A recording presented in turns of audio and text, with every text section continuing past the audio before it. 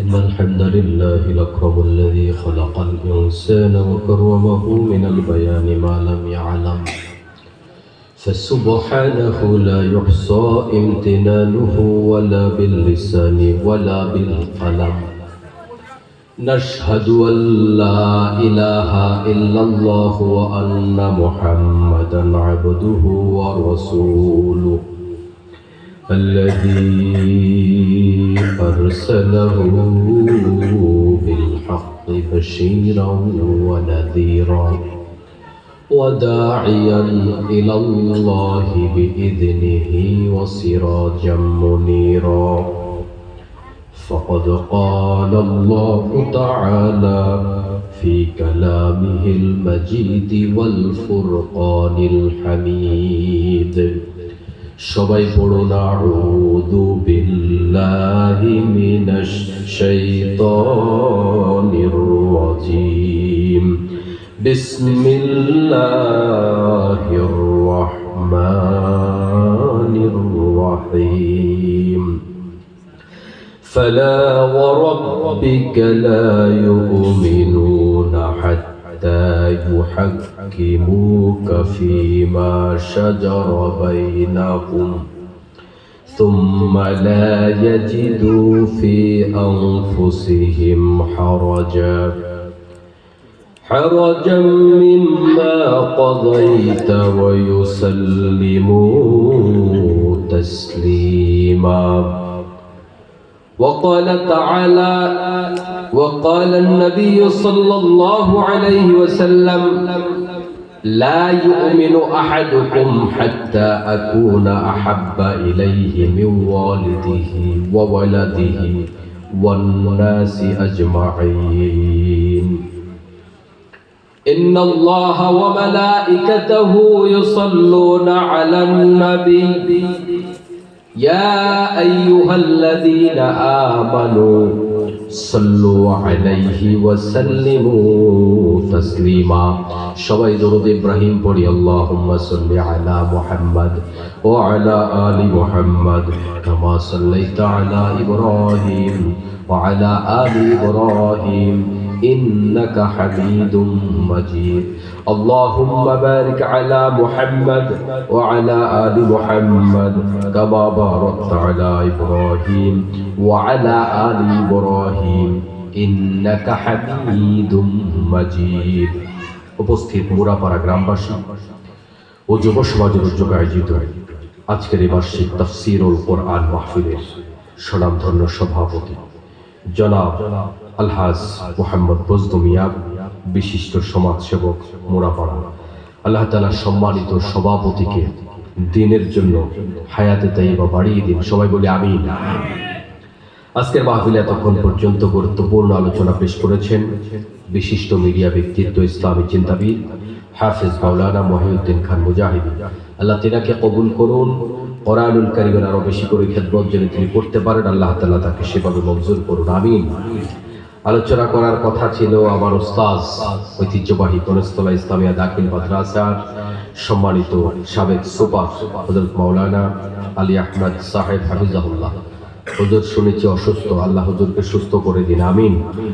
আপনাদের প্রিয় মানুষ, আপনাদের মসজিদের সম্মানিত খতিব, ঐতিহ্যবাহী কৃষ্ণপুর দারুস সুন্নাত দাখিল মাদ্রাসার নবমনোনীত সুপার হযরত মাওলানা ইখলাসুর রহমান হাফিজাহুল্লাহ, আল্লাহ তেনাকেও কবুল করুন, আমিন। আপনাদের প্রিয় মানুষ, কাছের মানুষ মেম্বার সাহেব আছেন। আমার আব্বু আজকে মুরাপাড়ার মাহফিল না গেলে হবে না, সেজন্য আমার আব্বু আমার সাথে আসছে না। তো আলহামদুলিল্লাহ, আমার প্রতিষ্ঠানের শিক্ষক আমিনুল ইসলাম, আপনাদের গ্রামের কৃতি সন্তান, বলে যে গ্রামের মাহফিলে অনেক বছর যায় না, এবার যাওয়া লাগবে, তারও ছুটি দেওয়া লাগবে, সেও আসছে। সব পরিচিত মুখ, প্রতিদিন আল্লাহ তাআলা আপনাদের দোয়ায় কথা বলায়, কিন্তু আজকের মাহফিলটা একটু ব্যতিক্রম, কারণ এখানে যারা আছে অপরিচিত খুব একটা নাই, সবই পরিচিত বলতে গেলে। আল্লাহ তাআলা আপনাদের সাথে আমাকে মিলিত করে দিয়েছেন। অনেক বছর কথা বলার মতো সেই পরিবেশটুকু ছিল না, যে আল্লাহ তাআলা আমাদের পরিবেশ করে দিলেন।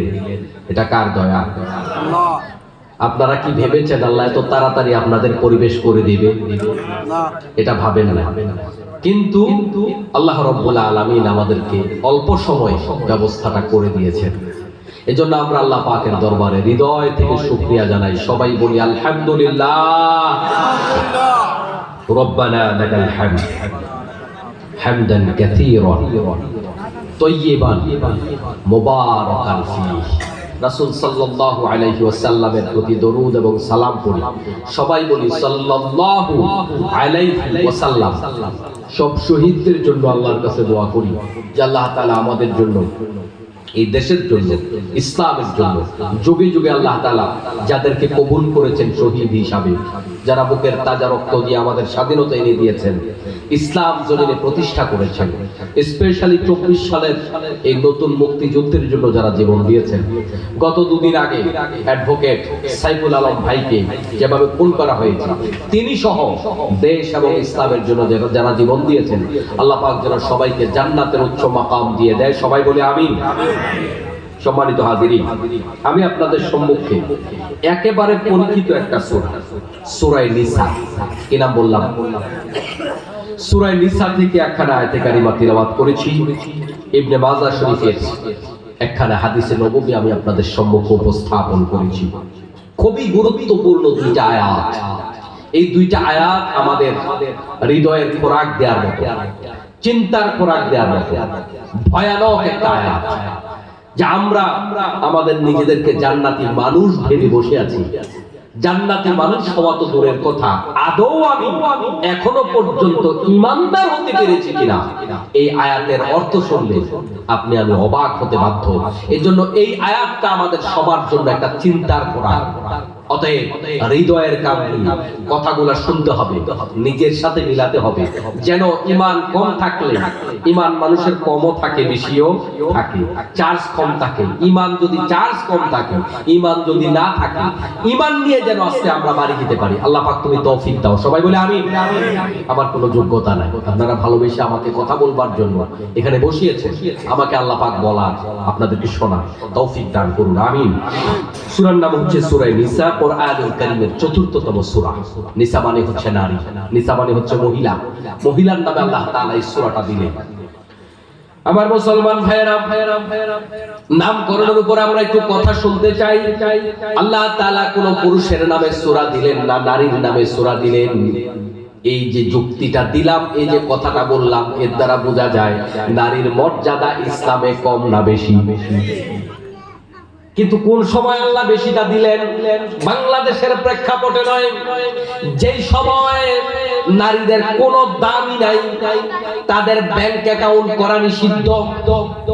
তখন ব্যাংক ছিল না যদিও, তবে অর্থনৈতিক কাজ কারবারের ক্ষেত্রে বর্তমান যেমন আপনারও একটা অ্যাকাউন্ট আছে, আপনার বউয়েরও একটা অ্যাকাউন্ট আছে, আপনি চাইলে যেমন বিকাশের একটা অ্যাকাউন্ট খুলে লেনদেন করতে পারেন। নারীরা কি পারে না? পারে না। কিন্তু আরবের ওই সমাজটাতে বিকাশ ছিল না, ব্যাংক ছিল না, এটা অর্থনৈতিক কাজ কারবার করার মতো যে স্বাধীনতা, সেটা নারীদের ছিল না। টাকার মালিক, পয়সার মালিক খালি পুরুষরা হবে। নারীরা ভোগের সামগ্রী, এরা কাজের লোক, এরা সমাজের চাকর, এরা সমাজে লজ্জার কারণ। এই কারণে কোন ব্যক্তির ঘরে যদি কন্যা সন্তান জন্মগ্রহণ করত, মানুষগুলো তাদেরকে জীবন্ত মাটির মধ্যে পুঁতে ফেলতো। এতটা নিকৃষ্ট একটা জামানা ছিল, যেই জামানায় নারীর কোনো মর্যাদা বলতে কিচ্ছু ছিল না। মতামত দেওয়ার মতো কোনো অধিকার নারীর ছিল? তারা মতামত দিতে পারত না, অর্থাৎ ভোট দেয়া, নারীরা ভোট দিতে পারত না। কোন মর্যাদা তাদের নাই। যখন তাদের এই দুরবস্থা, অসহায় অবস্থা, ওই সময় আল্লাহ তাআলা পুরুষের নামে সূরা না দিয়া নারীর নামে সূরা দিয়ে আল্লাহ বুঝিয়ে দিলেন যে নারী পুরুষ সমান অধিকার, বরং কোন কোন জায়গায় নারীর মর্যাদা পুরুষের চাইতে বেশি। সুবহানাল্লাহ। আমার মুসলমান ভাইরা, আল্লাহ রাব্বুল আলামিন কোন কথা বলবার জন্য কসম করা লাগে না। আল্লাহ তাআলা যা বলে তাই সত্য, তিনি কখনো মিথ্যা কথা বলে। ওয়ামান আসদাকু মিনাল্লাহি কিলা, তার চাইতে সত্যবাদী আর কে হতে পারে? অথচ আমার মুসলমান ভাইয়ের আল্লাহ তাআলা তার বান্দাদেরকে এত বেশি ভালোবাসেন, এত বেশি ভালোবাসেন, বান্দা যেভাবে বললে বুঝবে আল্লাহ বান্দারে সেভাবে বোঝায়। অথচ বান্দা জাহান্নাম থেকে বাঁচার জন্য বান্দার ঠেকা আল্লাহর ঠেকা নয়, কিন্তু আল্লাহ এমন ভাবে বোঝায় বান্দা যেন জাহান্নাম থেকে বাঁচে। সুবহানাল্লাহ। একটু কমাই দেন।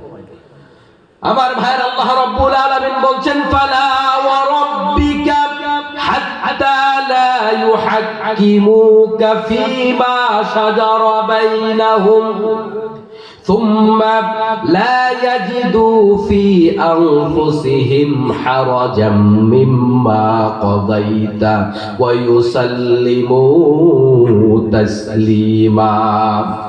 আল্লাহ রাব্বুল আলামিন বললেন, না হে মুহাম্মদ, আপনার রবের কসম। আল্লাহ পাক না দিয়া কথা শুরু করলেন, তার মানে হলো আপনারা যা ভাবছেন আপনাদের ভাবনা সঠিক নয়। এই আয়াতে আল্লাহ তাআলা বুঝাতে চান কাদের ঈমান আছে, কাদের ঈমান নাই। আমার সামনে যারা বসে আছেন আমরা সবাই নিজেকে ঈমানদার ভাবি, এজন্যই তো মাহফিলে এসেছি। ঈমান নাই এটা ভাবলে আমরা মাহফিলে আসতাম না, ঠিক কি না? আল্লাহ নবী সাল্লাল্লাহু আলাইহি ওয়াসাল্লাম তাকে আল্লাহ তাআলা বলছেন, না হে মুহাম্মদ, এই জাতির চিন্তা সঠিক নয়, ইচ্ছা করলে ঈমানদার হওয়া যায় না, ঈমানদার হওয়া বড় কঠিন, ঈমানদার দাবি করলে ঈমানদার হয় না। আপনার রবের কসম করে বলছি, আল্লাহ তাআলা নিজে তার নামের কসম করে বলতেছে। আল্লাহ কথা বলার জন্য কসম করার কোনো দরকার আছে? কিন্তু মানুষের একটা স্বভাব হইল, একটা কথা আপনার বিশ্বাস হয় না, কিন্তু কেউ যদি বলে আপনারে আল্লাহর কসম, এই কথাটা এই আল্লাহর কসম করে বলার পরে আমাদের বিশ্বাস হয় না, হয় না? তাহলে বোঝা গেল কসম করে কথা বললে মানুষ কথাটার গুরুত্ব বেশি দেয়। আল্লাহ কসম করলেও সত্য কথা বলে, কসম না করলেও সত্য কথা বলে। তারপরেও বান্দা যেন বুঝে, বান্দা যেন কথা গুরুত্বের সাথে নেয়, বান্দা যেন মাথায় কথাটা ঢুকায়। আল্লাহ বলছেন, ও নবী, কখনো নয়। আপনার রবের কসম করে আমি একটা কথা বলছি, সেই কথাটা কি? তারা ততক্ষণ পর্যন্ত মুমিন হতে পারবে না, লা ইউমিনুনা হাত্তা ইউহাক্কিমুকা ফীমা শাজারা বাইনাহুম। আল্লাহ রাব্বুল আলামিন বললেন, তারা ততক্ষণ পর্যন্ত মুমিন হতে পারবে না যতক্ষণ পর্যন্ত না তাদের মধ্যকার বিবাদের ব্যাপারে আপনি নবীকে বিচারপতি না মানেন। খুব মন দিয়া কথাটা বুঝেন। আল্লাহ তাআলা শর্ত দিচ্ছেন, শর্ত এটা কিন্তু নবী দেয় নাই। তারা ততক্ষণ পর্যন্ত মুমিন হতে পারবে না যতক্ষণ পর্যন্ত তাদের মধ্যকার বিবাদের ব্যাপারে আপনি নবীকে বিচারপতি না মানেন। এখানে আল্লাহ তাআলা এটা বলে নাই তারা যতক্ষণ পর্যন্ত না নামাজ পড়ার নিয়মের ব্যাপারে আপনাকে ইমাম না মানে ততক্ষণ তারা মুমিন হবে না। আল্লাহ কিন্তু এটা বলে নাই। রোজার মাসআলার ব্যাপারে আপনাকে তারা যতক্ষণ বিচারপতি না মানে ইমানদার হবে না, আল্লাহ এটাও বলে নাই। হজ যাকাত সুন্নাত মুস্তাহাবের ব্যাপারে তারা যতক্ষণ এই যে তারা যতক্ষণ আপনাকে ইমাম না মানবে, বিচারপতি না মানবে, ততক্ষণ মুমিন হবে না, আল্লাহ এটাও বলে নাই। আল্লাহ তাআলা বলেছে তাদের মধ্যকার বিবাদের ব্যাপারে আপনাকে যদি বিচারপতি না মানে তাহলে তারা ইমানদার হতে পারবে না। এটা আমি আল্লাহ আমার নিজের শপথ করে বলছি। ও মুসলমান ভাইরা, এখন আমাদের বিবাদগুলা কি রকম? আমাদের বিবাদগুলা হলো ব্যক্তিগত জীবনে, দাম্পত্য জীবনে, পারিবারিক জীবনে, খেতের আইলে ঝামেলা, পরিবার নিয়ে ঝামেলা, বসতের ভাগ নিয়ে ঝামেলা, রাজনৈতিক দ্বন্দ্ব, অর্থনৈতিক দ্বন্দ্ব, আন্তর্জাতিক অঙ্গনে মামলা, এগুলোই তো আমাদের ঝামেলা নাকি? আল্লাহ তাআলা এই আয়াতের ব্যাপারে নির্দিষ্ট করে বলে নাই যে এই ব্যাপারে আপনাকে বিচারপতি মানলে ইমানদার, এই ব্যাপারে বিচারপতি না মানলে ইমানদার নয়। খুব হৃদয়ের কান দিয়া কথাগুলা শুনুন, না হলে হয়তো বুঝে আসবে না। অথচ আল্লাহ বলেছে তাদের মধ্যকার বিবাদ, যত রকমের বিবাদ আছে সব বিবাদের ব্যাপারে তারা আপনি নবীকে যদি বিচারপতি মানে তবে ইমানদার, বিচারপতি না মানলে ইমান নাই। কত ভয়ঙ্কর কথা, ইমানই নাই। আচ্ছা, আপনারা যারা আমার সামনে বসে আছেন মাথায় টুপি দিবেন না দেন নাই? ম্যাক্সিমাম টুপি আছে না? এই টুপির দাম আছে না নাই? কিন্তু এই টুপি আপনারা দেখবেন বাংলাদেশের হিন্দু, বৌদ্ধ, খ্রিস্টান, এই যে মহাজোট আছে না, ওইটার মহাসচিব গোবিন্দ প্রামাণিক আমার সাথে অনেক টকশোতে আমার সাথে কথা বলেছে। প্রায় সময় টকশোতে বসার সময় মাথায় টুপি থাকে। ওর টুপির ইসলামের কাছে কয় টাকার দাম আছে? কারণ তার ইমান নাই। ইমান না থাকলে ওই টুপির দাম নাই। আপনাদের চাইতে অনেকের চাইতে বড় দাড়ি রেখেছে, আমার চাইতেও বড় দাড়ি রেখেছে আবু জাহেল। ওই আবু জাহেলের দাড়ির কোনো দাম আছে নাকি? কিন্তু আপনি যে দাড়ি রাখছেন এটার দাম আছে না নাই? এই যে আপনি আমি জুব্বা গায়ে দেই, অনেকে জুব্বাটা কেন গায়ে দেই? আল্লাহর নবী জুব্বা গায়ে দিয়েছে, এটা আমি বিশ্বাস করি। নবী জুব্বা গায়ে দিয়েছে তাই আমি ভালোবেসে জুব্বা গায়ে দেই।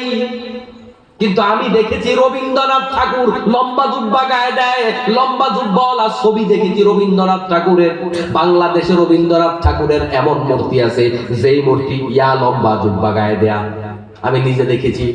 সম্ভবত পাবনা থেকে মাহফিল করে আসছিলাম, আসার পথে দেখি সিরাজগঞ্জের কাছাকাছি এক জায়গায় পেছন দিক থেকে দেখা যায় খুব লম্বা জুব্বা, একেবারে সাদা দবদবে মূর্তি। কার মূর্তি এটা? কাছাকাছি গিয়া যখন চেহারার দিকে তাকাইলাম, পরে দেখি রবীন্দ্রনাথের মূর্তি। এখন আপনারা বলেন এই যে লম্বা জুব্বা, ওই জুব্বার শরীয়তে কয় টাকার দাম আছে? আছে? জুব্বা গায়ে দিলে সওয়াব হয়, টুপি মাথায় দিলে সওয়াব হয়, দাড়ি রাখলে সওয়াব হয়। আপনি যদি একটা এতিমের মাথায় হাত তুলে দিতে পারেন, আল্লাহর নবী বলে এটা কত বেশি সওয়াবের। আপনি একটা এতিমের মাথায় হাত বুলায় দেন, একজন মানুষের মাথায় কত লাখ চুল আছে। শুধুমাত্র মাথায় হাত বুলিয়ে দেবেন, প্রত্যেকটা চুলের বিনিময়ে আল্লাহ রাব্বুল আলামিন আপনার আমলনামায় নেকি লিখে দেবেন। সুবহানাল্লাহ। এবার আসুন, মাদার তেরেসার নাম শুনছেন আপনারা? মাদার তেরেসা বিয়া বসে নাই, হাজার হাজার এতিম বাচ্চা কাচ্চা লালন পালন করেছে। এটার জন্য গোটা দুনিয়া ব্যাপী খ্যাতি অর্জন করেছে। গোটা দুনিয়া তাকে চিনে, মাদার তেরেসাকে চিনে। ঈমান নাই। আপনি হাদিস থেকে জানলেন একজন এতিমের মাথায় হাত বুলিয়ে দিলে এত লাখ সওয়াব হয়। এখন আপনারা বলেন মাদার তেরেসার আমলনামায় সওয়াব আছে কয়টা? কয়টা আছে? একটাও নাই। এর দ্বারা বোঝা যায় ঈমান যদি না থাকে তাহলে ওই আমলের এক আনারও দাম। তাহলে আগে ঈমান নাকি আমল? ঈমান না আমল? মনোযোগিতা আছে আপনাদের? আগে ঈমান আগে আমল নয়। আল্লাহর নবীকে প্রশ্ন করা হলো, ইয়া রাসূলুল্লাহ আমি কি জিহাদে যাব নাকি ঈমান আনবো? আল্লাহর নবী বললেন আগে ঈমান আনো, তারপরে জিহাদে যাও। ঈমান ছাড়া মারা গেলেও দাম নাই, ঈমান ছাড়া জীবন দিলেও ওই জীবনের কোনো দাম নাই। আর অপরদিকে ঈমান আইনা যদি একটা নেক আমলও কোনো ব্যক্তি না করে, যদি ঈমান নিয়া কবরে যেতে পারে, হাসরের মাঠে আল্লাহ তাআলা তারে বিচার করে ওই যে নামাজ ছেড়েছে, রোজা ছেড়েছে, হজ ছেড়েছে, যাকাত ছেড়েছে, মিথ্যা বলেছে, ধোঁকাবাজি করেছে, প্রতারণা করেছে, তাকে আল্লাহ পাক কারাগারে ঢুকাবেন, জাহান্নামে ঢুকাবেন। হাজার হাজার বছর জ্বলবে, হয়তোবা লাখো বছর জ্বলবে। এরপরে আল্লাহ তাআলা একদিন তাকে ক্ষমা করার জন্য ডাকবেন। আর মালিক ফেরেশতাকে বলবেন, মালিক ফেরেশতা আজ গোটা জাহান্নামে যারা বন্দী আছে, সর্বশেষ বন্দী যারা আছে তাদেরকে মুক্ত করে দাও। তাদের মধ্যে এমন একজন লোক থাকবে যার আমলনামায় কোনো নেকি নাই। মালিক ফেরেশতা সবাইকে বের করে আনবেন। একজন লোক পড়তে পড়তে এমন পোড়া পড়বে কয়লা হয়ে যাবে, মালিক ফেরেশতা চিনবে না, বের করে আনতে পারবে না। আল্লাহ পাক প্রশ্ন করবে, মালিক ফেরেশতা জান্নাত জাহান্নামে আর কেউ আছে নাকি? মালিক ফেরেশতা বলবে নাই। আল্লাহ বলবে আছে। তুমি খেয়াল করে দেখো, আছে একবার, দুইবার, তিনবারের পরে আল্লাহ বলবেন তুমি কান দিয়ে শোনো, ওই জাহান্নামের ভেতরে আমার এক গোলাম এখনো আমার জিকির করে, সুবহুন কুদ্দুসুন রব্বুনা ওয়া রব্বুল মালাইকাতি ওয়ার রূহ। আমার নামের তাসবিহ পড়ে তুমি আওয়াজের সুরটা ধরে ধরে তার কাছে যাও, তাকে মুক্ত করে নিয়ে আসো। মালিক ফেরেশতা কান লাগায় শুনবেন, আসলেই তো আওয়াজ শোনা যায়। তাকে জামিন করায় নিয়ে আসবেন, কিন্তু হেঁটে হেঁটে আসতে পারবে না, গড়াগড়ি দিয়ে হামাগড়ি দিয়ে জাহান্নাম থেকে বের হবে। আর জান্নাতের দরজায় গিয়ে বলবে আমি জান্নাতে ঢুকতে চাই, আল্লাহ আমাকে জামিন দিয়েছে। জান্নাতের ফেরেশতা বলবে এই বডি নিয়ে তো জান্নাতে ঢোকা যাবে না, তোমাকে জান্নাতে ঢুকতে হলে জান্নাতের উপযুক্ত হওয়া লাগবে। জান্নাতের উপযুক্ত হতে হলে ওই নাহারুল হায়াতুল ডুব দিতে হবে, ডুব দিলেই তোমার চিরযৌবন তুমি ফিরে পাবে। জান্নাতের দরজায় যাবে, চিরযৌবন ইউসুফ আলাইহিস সালামের মতো সুন্দর, বাবা আদমের মতো লম্বা হয়ে গেছে। জান্নাতের দরজায় যাওয়ার পরে জান্নাতের ফেরেশতা দরজা খুলে দেবে। জান্নাতে ঢোকার পরে বলবে, আল্লাহ এত বছর পরে জাহান্নাম থেকে মুক্তি দিলা, কিন্তু বসবো কোথায়, যাব কোথায়, ঘুমাবো কোথায়, জায়গা তো নাই। আল্লাহ বলবে আছে। বান্দা বলবে নাই। আল্লাহ বলবে আরো খুঁজে দেখো। বান্দা বলবে নাই। আল্লাহ রাব্বুল আলামিন জানতে চাইবে, বান্দা তোমার কদ্দুর জায়গা হইলে চলে। বান্দা চিন্তা করবে, এত হাজার বছর জাহান্নামে ছিলাম, মুক্তি দিছে, এটাই তো বেশি, আমার জায়গা লাগবে কেন? আল্লাহ কোন রকম মাথা গুজার মতো একটুখানি জায়গা হলেই চলে। আল্লাহ তাআলা যেই লোকটার আমল নামায় তেমন কোন আমল নাই, আমল শূন্য, খালি ঈমানটা নিয়া জাহান্নামে পড়েছিল। আল্লাহ তাআলা ওই সর্বশেষ হতভাগা মানুষটা, এই জান্নাতি যেই লোকটা সর্বশেষ হয়েছে, তাকে আল্লাহ তাআলা বলবেন, তোমার জন্য এখন এই মাথা গুজার ঠাই নয়, বরং 10টা দুনিয়ার সমান জান্নাতের বরাদ্দ দিলাম। সুবহানাল্লাহ। ওই জান্নাতের বরাদ্দ যে 10 দুনিয়ার সমান পেল, কিসের কারণে? নামাজের কারণে না রোজার কারণে? কিসের কারণে? ঈমানের কারণে, কোন আমল দিয়া নয়। আমল দিয়া মানুষ জান্নাতে যেতে পারবে না। আমল হলো কেবলমাত্র একটা ওসিলা। যেই সন্তান পিতামাতার জন্য একটুখানি বেশি করে, দেখবেন একেবারে ছোট্ট ছোট্ট ছোট্ট ছোট্ট উপকার করে, দেখা গেছে সবটা মিলে 50,000 টাকাও না, আরেকটা পিতামাতারে অনেক বেশি কষ্ট দেয়। পিতামাতা কষ্টে পড়ে কখনো কখনো ওই 50,000 টাকার উপকার যেই ছেলে করছে, তার নামে 50 লাখ টাকার জায়গা লেখা দেয়। হয় কিনা? এরকম হয় কিনা? এখন এটা বৈধ অবৈধ সে আলোচনা পরে, কিন্তু এরকম করে কিনা? খরচ করছে 50,000, জায়গা পায় গেছে 50 লাখের। ও মুসলমান ভাইয়েরা, আমাদের যে সুডা ফাডা আমল, এক এক রাকাতে আমরা এক এক দোকানের হিসাব করি, এক এক রাকাতে ছেলের চিন্তা করি, আরেক রাকাতে মেয়ের চিন্তা করি। এভাবে চিন্তা মুক্ত ইখলাসের সাথে চিন্তা করে দেখেন, চোখ বন্ধ করে আজকে নিজের বিবেককে প্রশ্ন করেন, কয়দিন আমরা নামাজ আদায় করেছি যেই নামাজে আমি কোনো চিন্তা করি নাই? কয়দিন আদায় করতে পেরেছি? তাহলে যেই নামাজের ভিতরে আমি এত টেনশন করি, এত চিন্তা করি, ওই ভাঙাচোরা নামাজ দিয়া আমি এত বড় জান্নাত কেমনে পাই? এটা তো যুক্তিতেও মিলে না। এজন্য আল্লাহর নবী বললেন, ও আমার উম্মতেরা, তোমাদের কেউ জান্নাত পাবে না নেক আমল দিয়া। সাহাবায়ে কেরাম অবাক হয়ে প্রশ্ন করলেন, ইয়া রাসূলুল্লাহ, আমরা নেক আমল দিয়া জান্নাত পাবো না, তবে আপনি কি পাবেন? আল্লাহর নবী কয়, লা, আমিও পাবো না। আমাকে আল্লাহ পাক জান্নাত দেবেন তার দয়ার কারণে। এর দ্বারা বোঝা যায় আমরা যে নেক আমলগুলো করি, এই নেক আমলগুলো হলো জান্নাতে যাওয়ার জন্য ওসিলা। এই ওসিলা দেখে দেখে আল্লাহ তাআলা চাইলে মাফ করে দিবেন, এই ওসিলা দেখে আল্লাহ চাইলে আমাদের উপর দয়া করবেন, কিন্তু জান্নাত দেবেন আল্লাহ পাক ঈমানের কারণে। ঈমানের দাম এত বেশি। ঈমানের দাম কত বেশি? ঈমানের দাম আসমানের চাইতে বেশি, ঈমানের দাম জমিনের চাইতে বেশি। লা তাকুমুস সাআ, ততদিন পর্যন্ত কিয়ামত হবে না, হাত্তা ইয়াকুলু আল্লাহ আল্লাহ, যতদিন পর্যন্ত একজন লোক থাকবে জমিনের মধ্যে আল্লাহ আল্লাহ বলার মতো। সেদিন আল্লাহ আল্লাহ বলার মতো লোক জমিনে থাকবে না। সেদিন সূর্য আর আমাদেরকে আলো দেবে না, সূর্য উল্টা দিক থেকে উঠবে। সেদিন পৃথিবীর ভারসাম্য নষ্ট হয়ে যাবে। পৃথিবীর ভেতরে এক ধরনের গলিত লোহা আছে, ওই গলিত লোহার মধ্যে যে চুম্বকীয় শক্তি আছে, ওই চুম্বকীয় শক্তিটা পৃথিবীটার ব্যালেন্স করে রেখেছে। ওই চুম্বকীয় শক্তির কারণে সূর্য থেকে আমাদের উপরে সরাসরি বিক্রিয়াটা পড়ে না। বিজ্ঞানীরা ধারণা করেছেন 7 থেকে অন্তত 8 লক্ষ বছর আগে এই পৃথিবীর ওই চুম্বকীয় যে শক্তিটা আছে, সেটা উত্তর মেরু থেকে দক্ষিণ মেরুতে, অথবা দক্ষিণ মেরু থেকে উত্তর মেরুর দিকে চলে গিয়েছিল। চলে যাওয়ার কারণে পৃথিবী ইনব্যালেন্স হয়ে গিয়েছিল। আর সেই সময় পৃথিবীতে যত জীবজন্তু ছিল মোটামুটি সব মরে গেছে, অনেক ক্ষয়ক্ষতি হয়েছে।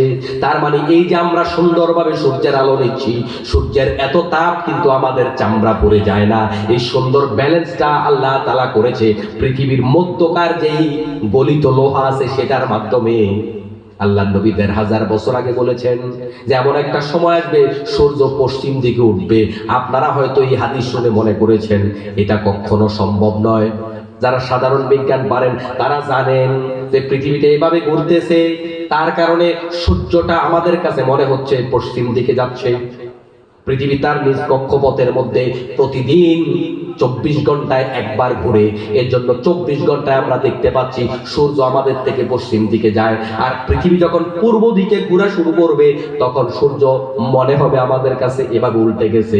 আসলে পৃথিবীর যে উত্তরাংশ দক্ষিণাংশ, এই ভিতরে যে গলিত লৌহটা আছে, ভিতরে যে এই গলিত লৌহটা থেকে যেই চুম্বকীয় শক্তিটা তৈরি হয়, আজকের বিজ্ঞান বলছে এটা আস্তে আস্তে সরে যাচ্ছে এবং সরতে সরতে একদিন এটার উত্তর প্রান্ত দক্ষিণ প্রান্তে চলে যাবে, দক্ষিণ প্রান্ত উত্তর প্রান্ত চলে যাবে। তাহলে যে জিনিসটা এভাবে ঘুরতেছে এটা যখন এভাবে উল্টে যাবে তখন মনে হবে যে সূর্য পশ্চিম দিকে উঠছে। এটা বিজ্ঞান বুঝছে ১৫০০ বছর পরে, আর আল্লাহর নবী বলছে কত আগে। ও মুসলমান ভাইয়েরা, যেদিন এই পৃথিবীতে একজন মানুষ আল্লাহর নাম নেয়ার মতো থাকবে না, সূর্য তার গতিপথ পরিবর্তন করবে, পৃথিবী তার গতিপথ পরিবর্তন করবে, চাঁদ আমাদেরকে আলো দেবে না, এই জমিন আমাদেরকে খাবার উৎপাদন করে দেবে না, বাতাস আমাদেরকে অক্সিজেন দেবে না, গাছ আমাদেরকে ফল ফলাদি দেবে না। এর দ্বারা বোঝা যায় আমরা যত নিয়ামত খাচ্ছি এই সবগুলো আল্লাহ ওয়ালাদের কারণে। যত নিয়ামত আপনি পাচ্ছেন আল্লাহর নাম উচ্চারণ হওয়ার কারণে পাচ্ছেন। আল্লাহর নাম উচ্চারণ হওয়া বন্ধ, আল্লাহ এই পৃথিবীকে আছাড় মেরে ভেঙে ফেলবেন। এই পৃথিবী টিকে আছে কেবলমাত্র আল্লাহর নাম নেওয়ার কারণে। যেদিন আল্লাহ তাআলা এই পৃথিবীটাকে ধ্বংস করে দেবেন, আপনারা বলেন সেদিন আপনাদের মোরাপাড়ার এই মসজিদ থাকবে নাকি? থাকবে? তাইলে মোরাপাড়ার মসজিদের দাম বেশি নাকি ইমানদারের দাম বেশি? এই মসজিদের চাইতে ইমানদারের দাম বেশি, এর জন্যই তো মসজিদ ভেঙে যাবে। আমার মুসলমান ভাইরা, পেছনে জায়গা হচ্ছে না, আওয়াজ না করে যদি একটু ফাঁকা জায়গা পূরণ করেন, ফাঁকা খুব একটা নাই, যাই পারেন সামনে একটু আগা, তাহলে পিছনের ভাইরা বসতে পারবে, কথা না বলে। আমি আপনাদের কাছে জানতে চাই, যেদিন কিয়ামত হয়ে যাবে, ইসরাফিল আলাইহিস সালাতু ওয়াস সালাম যেদিন সিংহায় ফুঁক দেবেন, ওই সিংহায় ফুঁক দেওয়ার পরে বাইতুল্লাহ, যেটাকে আমরা কাবা শরীফ বলি, ওই কাবা শরীফ, হেরেম শরীফ, মসজিদে নববী, ওই মসজিদ টিকে যাবে নাকি ভেঙে চুরমার হয়ে যাবে? কথা বলেন আপনারা, থাকবে না ভেঙে যাবে? ভেঙে যাবে। এর দ্বারা কি বোঝা গেল? যে ইমানদারের দাম কাবা শরীফের চাইতেও বেশি। ইমানদার না থাকলে কাবা শরীফও থাকবে না। কিন্তু আল্লাহ তাআলা তো বলে নাই খুব সুন্দর সুশ্রী টাকাওয়ালা পয়সাওয়ালা ইমানদার, ওই রকম ইমানদার থাকলে দুনিয়া রাখবো, শিল্পপতি ইমানদার থাকলে দুনিয়া রাখবো, এমনটা আল্লাহ বলে নাই। তার মানে খেটে খাওয়া মুরাপাড়া গ্রামের একজন হতদরিদ্র রিকশাওয়ালা ইমানদার যদি আল্লাহর নাম বলে, এই কাবা শরীফ টিকে থাকবে। আর ওই রিকশাওয়ালা যেদিন আল্লাহর নাম বলা বন্ধ করে দেবে, কাবা শরীফ আল্লাহ রাখবে না। অনেক সময় ব্যক্তি নিজের মর্যাদা নিজে বোঝে না, আমরা ইমানদাররাও ইমানের মর্যাদা বুঝি না, যে ইমানের দাম কত বেশি এটা আমরাও বুঝি না। হযরত বেলাল রাদিয়াল্লাহু তাআলা আনহু কাবা শরীফের উপরে দাঁড়ায়া আযান দিছে, এর দ্বারা বোঝা যায় বেলালের দাম কাবা শরীফের চাইতেও বেশি, ঠিক কি না? ও মুসলমান ভাইরা, তাহলে ইমানের কারণে জান্নাত পাওয়া যাবে, ইমানের কারণে দুনিয়া টিকে আছে, ইমানের কারণে আমরা খাবার পাচ্ছি, ইমানের কারণেই সবকিছু, ইমানের কারণে জান্নাত, ইমানের কারণে জাহান্নাম। এমন অনেক সাহাবী আছে এক ওয়াক্ত নামাজ পড়ার টাইমও পায় নাই, ঈমান এনেছে, জিহাদের ডাক এসেছে, জিহাদে গিয়েছে, এক ওয়াক্ত নামাজ পড়ার টাইম পায় নাই, মৃত্যুর পরে শহীদ হওয়ার পরে আল্লাহর নবী বলেছেন ওই ব্যক্তি জান্নাতি। সুবহানাল্লাহ। এক ওয়াক্ত নামাজও পড়ে নাই, খালি ঈমান নিয়ে কবরে চলে গেছে, জান্নাতের সার্টিফিকেট পেয়ে গেছে। এর দ্বারা হলো ঈমান কত গুরুত্বপূর্ণ। কিন্তু বন্ধু, ঈমান নষ্ট হওয়া খুবই সহজ, খুবই সহজ। আল্লাহর নবী সাল্লাল্লাহু আলাইহি ওয়াসাল্লাম বলেন, এমন একটা জামানা আসবে, এত বেশি ফিতনা জমিনের মধ্যে ছড়িয়ে পড়বে, সকালবেলা ঈমানদার থাকবে, সন্ধ্যার সময় ঈমানটা হারিয়ে ফেলবে, সন্ধ্যাবেলা ইমানদার থাকবে, সকালবেলা ইমানটা হারিয়ে ফেলবে। ওই জামানা অন্যান্য দেশে কতখানি আইছে জানি না, বাংলাদেশে অনেক বেশি আসছে। কেন বলছি কথাটা শুনুন, বাংলাদেশে এক ইস্যুর পেছনে আরেক ইস্যু লেগে থাকে, এক ইস্যুর পিছনে আরেক ইস্যু লেগে থাকে। ইস্যু একটা আসে, ফেসবুকে আমরা তর্ক বিতর্ক যুদ্ধ লাগা যায়, এক হুজুর আরেক হুজুরের বিরুদ্ধে লেখা শুরু করি, এক মুসলমান আরেক মুসলমানের সাথে লেগে যায়। এটা সমাধান হওয়ার আগে আরেক তর্ক শুরু হয়ে যায়, ওটা সমাধান হওয়ার আগে আরেক বিতর্ক শুরু হয়ে যায়। হয় না? বাংলাদেশে হয় না? এটা হয় মানে প্রতিদিন যুদ্ধ, প্রতিদিন বিগ্রহ। কারা যুদ্ধ করছে, কারা বিতর্ক করছে, কারা ঝগড়া করছে? এক মুসলমান আরেক মুসলমানের সাথে ঝগড়া করছে। আমার মুসলমান ভাইরা, এই যে অবস্থাটা হলো, আল্লাহর নবী বলেন এমন একটা সময় আসবে, সকাল বেলা মুমিন থাকবে, বিকাল বেলা মুমিন থাকবে না। অন্য হাদিসের মধ্যে আল্লাহর নবী বলেন, ইয়াতি আলান নাসি জামান ইস্তামিউনা ফিল মাসাজিদ লাইসা ফীহিম মুমিন। এমন একটা জামানাও আসবে, যেই জামানায় ইমাম, মুয়াজ্জিন, মুসল্লি, খাদেম, বাইতুল মুকাররমের খতিব, মসজিদে নববীর খতিব, এমনকি বাইতুল্লাহর খতিবেরও ইমাম থাকবে না। কাবা শরীফের ইমাম হবে, তার ইমাম থাকবে না। এবার চিন্তা করেন, তাহলে আমি আপনি আজকের মাহফিলে যে বসেছি, একটু নড়ে চড়ে বসা দরকার, চিন্তা করা দরকার। আল্লাহর নবীর কথা যদি সত্যি হয়, অবশ্যই নবী সত্যি কথাই বলেছেন। কাবার ইমামের যদি ঈমান হারাইতে পারে, তাহলে আমার ঈমানের কি অবস্থা? চিন্তা করার দরকার আছে কিনা? আমলের ওয়াজ পরে আগে ঈমানটা চিন্তা করেন, ঈমানটা ঠিক করেন। মসজিদের ইমাম সাহেবের ইমাম থাকবে না, কিন্তু ইমাম সাহেব দিব্যি ইমানদারি ইমামতি করে যাবে। মুয়াজ্জিন আযান দিয়ে যাবে, কিন্তু ঈমান নাই। খাদেম মসজিদ পরিষ্কার করে যাবে, ঈমান নাই। মুতাওয়াল্লি মসজিদের জায়গা দেবে, ঈমান নাই। সভাপতিত্ব করবে, কিন্তু ঈমান নাই। একজনের ঈমান থাকবে না, এমন একটা জামানা চলে আসবে। তাহলে এত ভাবে ঈমান হারাবার কথা বলবার পরে আমাদের ঈমান আছে কিনা আত্মসমালোচনা করা দরকার কিনা? একটা মানুষ যখন মৃত্যু সজ্জায় যায়, ওই মৃত্যুর সময় শয়তান সর্বশেষ চ্যালেঞ্জ গ্রহণ করে, এখন যদি তার ঈমান হারা করা যায়, তবেই তো আমি সফল, তবেই তো সার্থক। এজন্য সর্বশেষ শয়তান মানুষের মাথার পাশে আসে, মায়ের বেশ ধরে, বাবার বেশ ধরে। মা বাবা যখন কোনো কথা বলে, ওই কথা মানুষ বিশ্বাস করে নাকি করে না? মা বাবার বেশ ধরে এসে বলবে, আমি তোর মা, আমি তোর বাবা। ওই হুজুররা যে ওয়াজ করছে মৃত্যুর পরে কোথায় জাহান্নাম, কোথায় জাহান্নাম, কোথায় কোথায় জান্নাত, কোথায় হাসর, কোথায় মিজান, কোথায় ফুলসিরাত, সব মিথ্যা। মৃত্যুর সময় বাবা যদি আপনার কাছে এসে এমন কথা বলে, এই সময় ঈমান ধরে রাখা সহজ না কঠিন? এই জন্য প্রত্যেকটা নামাজের পরে, প্রত্যেকটা দিন, প্রতিটা ক্ষণে আল্লাহর নবী একটা দোয়া শিখিয়েছেন, ওই দোয়া কখনো ভুলে যাবেন না। রব্বানা লা তুযিগ কুলুবানা বা'দা ইয হাদাইতানা ওয়া হাব লানা মিন লাদুনকা রাহমাতান ইন্নাকা আনতাল ওয়াহ্হাব। আল্লাহ তাআলা একবার আমার হেদায়েত দিয়েছো, আর কোনদিন পথভ্রষ্ট করো না। যারা এই মুরব্বী হয়ে গেছেন, দোয়াটা, আয়াতটা যারা মুখস্থ করতে পারবেন না, বাংলায় আল্লাহর কাছে প্রতিদিন বলবেন, আল্লাহ দাড়িগুলা তো পেকে গেছে, কবে মরে যায় জানি না, এতদিন পর্যন্ত ঈমান নিয়ে আসি, আল্লাহ তাআলা ঈমান নিয়ে কবরে যাওয়ার তৌফিক দাও, ঈমান তুমি আমার কাছ থেকে কেড়ে নিও না। সবাই বলেন আমিন। এই দোয়া কখনো ভুলে যাবেন না আমার ভাইয়েরা। তাহলে ঈমান নিয়ে গেলে সফলতা। কাদ আফলাহাল মুমিনুন। আল্লাহ বলেন ঈমান নিয়ে যেতে পারলে সফল। দুনিয়ার সফলতা কোনো সফলতাই না, ঈমান নিয়ে যাওয়াটাই বড় সফলতা।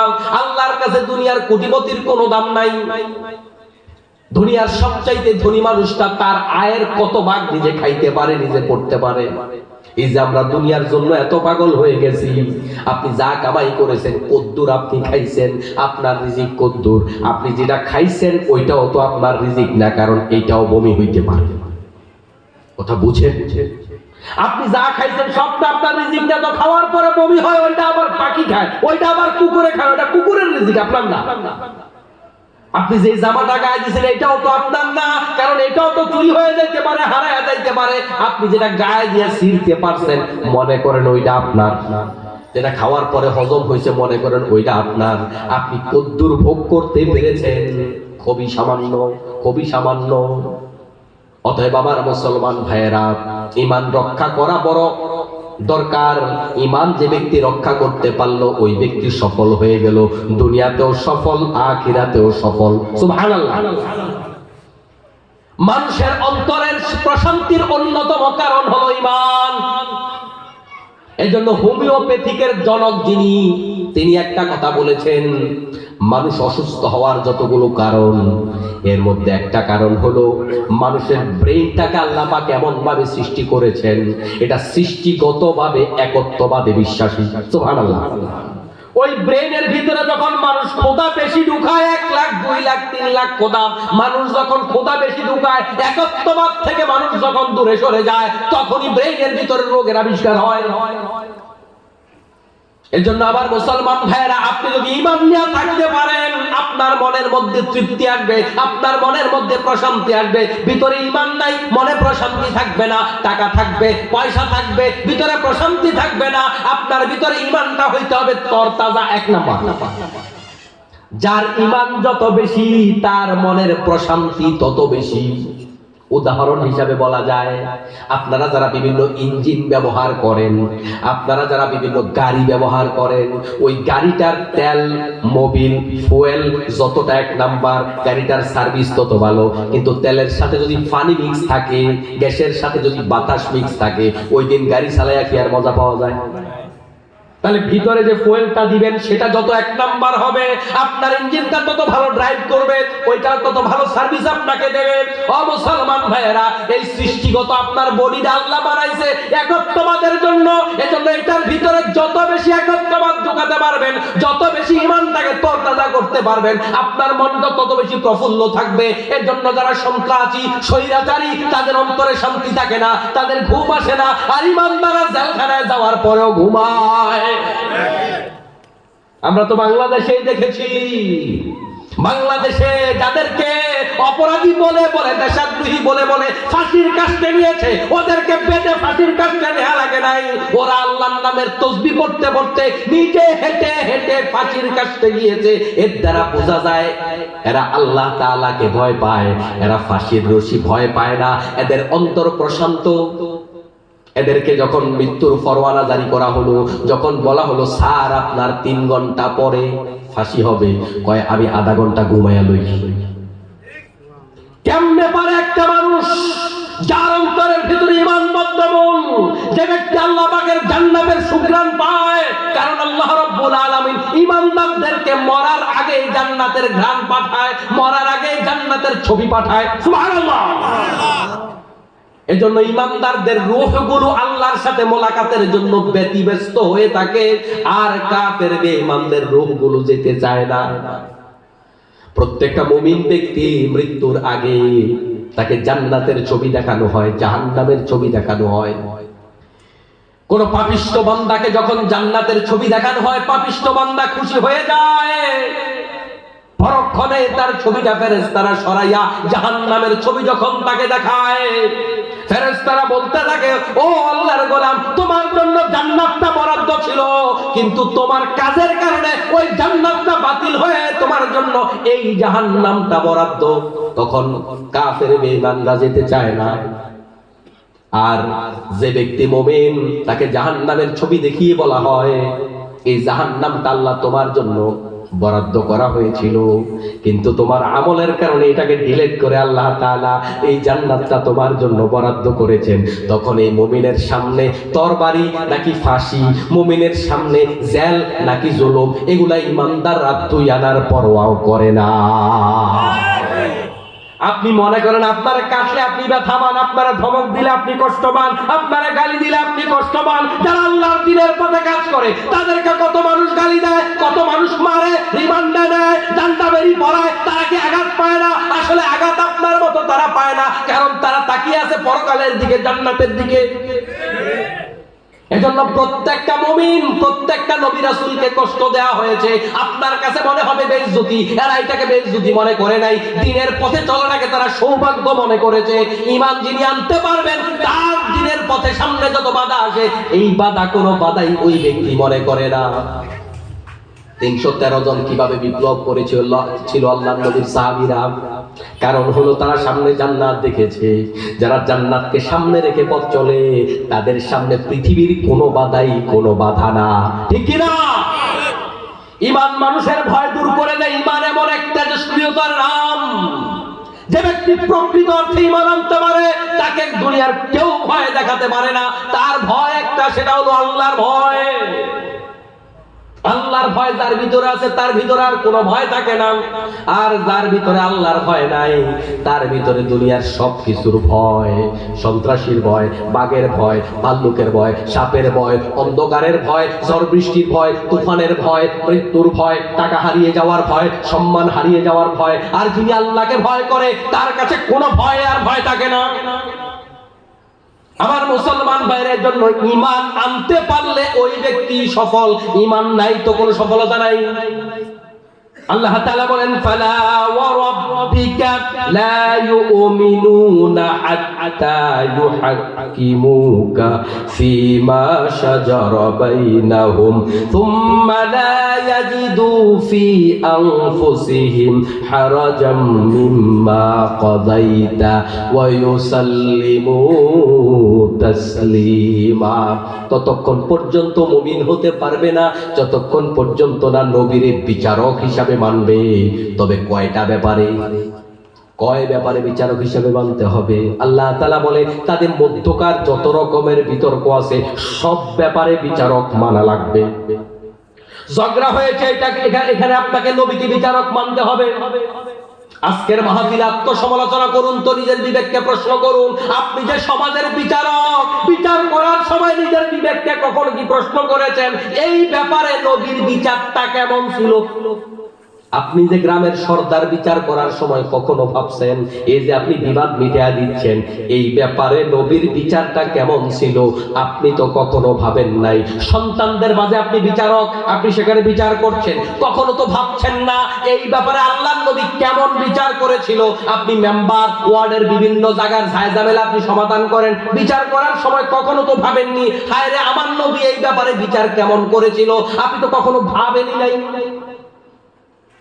ইমানদার ভেবে যে বসে আছেন, আল্লাহর নবী যে বলে যে সকালে ইমানদার থাকবে বিকালে বেঈমান হবে, মসজিদের ইমাম সাহেবেরও ইমাম থাকবে না। আপনি তো কোনোদিন কেমনে নবী বিচার করছে চিন্তাই করেন নাই, তাহলে আপনার ঈমান কই?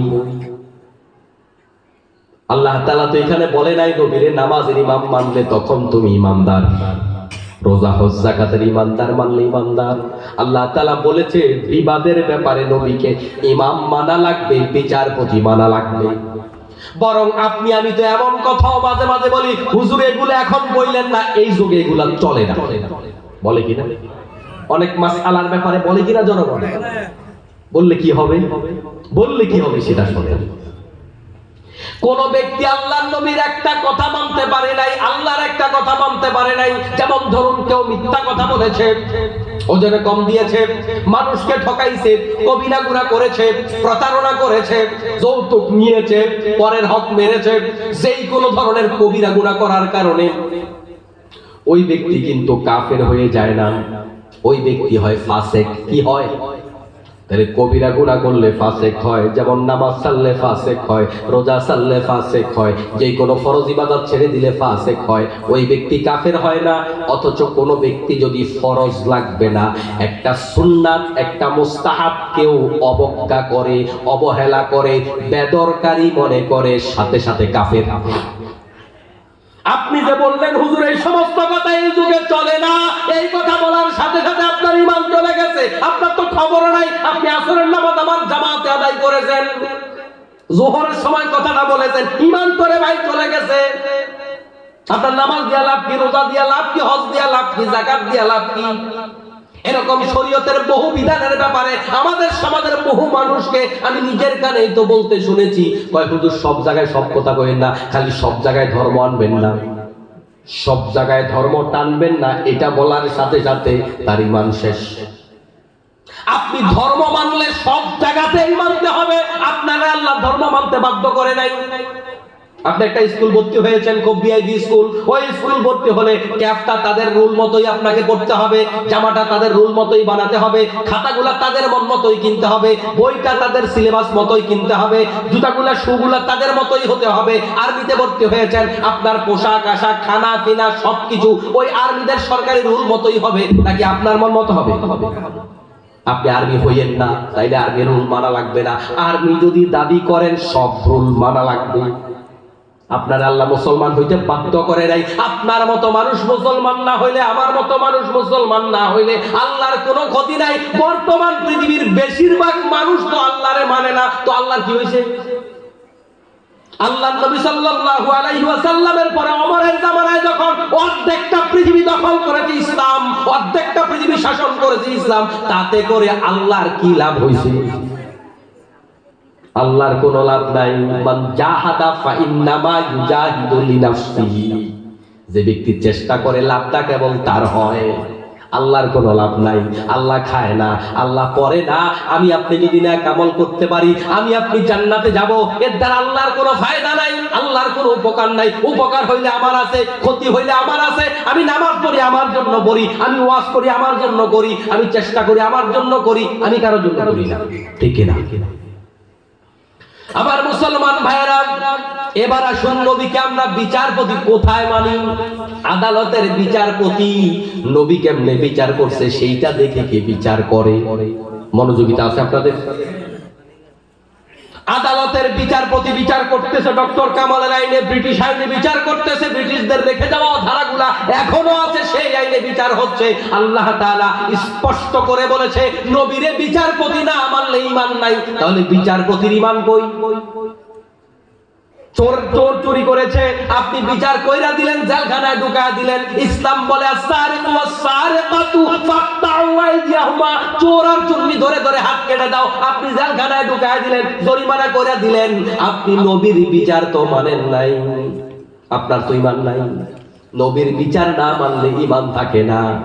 কিন্তু আমরা যারা ইসলাম মানি, তাদের ইসলাম মানার অবস্থাও হইল এরকম, বেকায়দায় পয়রা ইসলাম মানতাছি।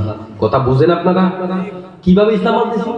বেকায়দায় পড়ে। যেমন ধরুন, মেম্বার সাহেব তো আপনাদের গ্রামেই আসছে, উনি মেম্বার সাবেক হইলেও বর্তমান, বর্তমান হইলেও বর্তমান। আপনারা তো সেভাবে মানতেছেন, ঠিক না? আলহামদুলিল্লাহ।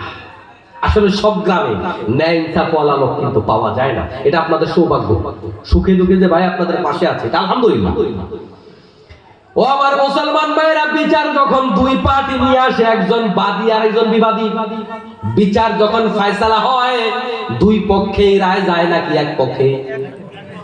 এক পক্ষের পক্ষে যায়, আরেক পক্ষের বিপক্ষে যায়।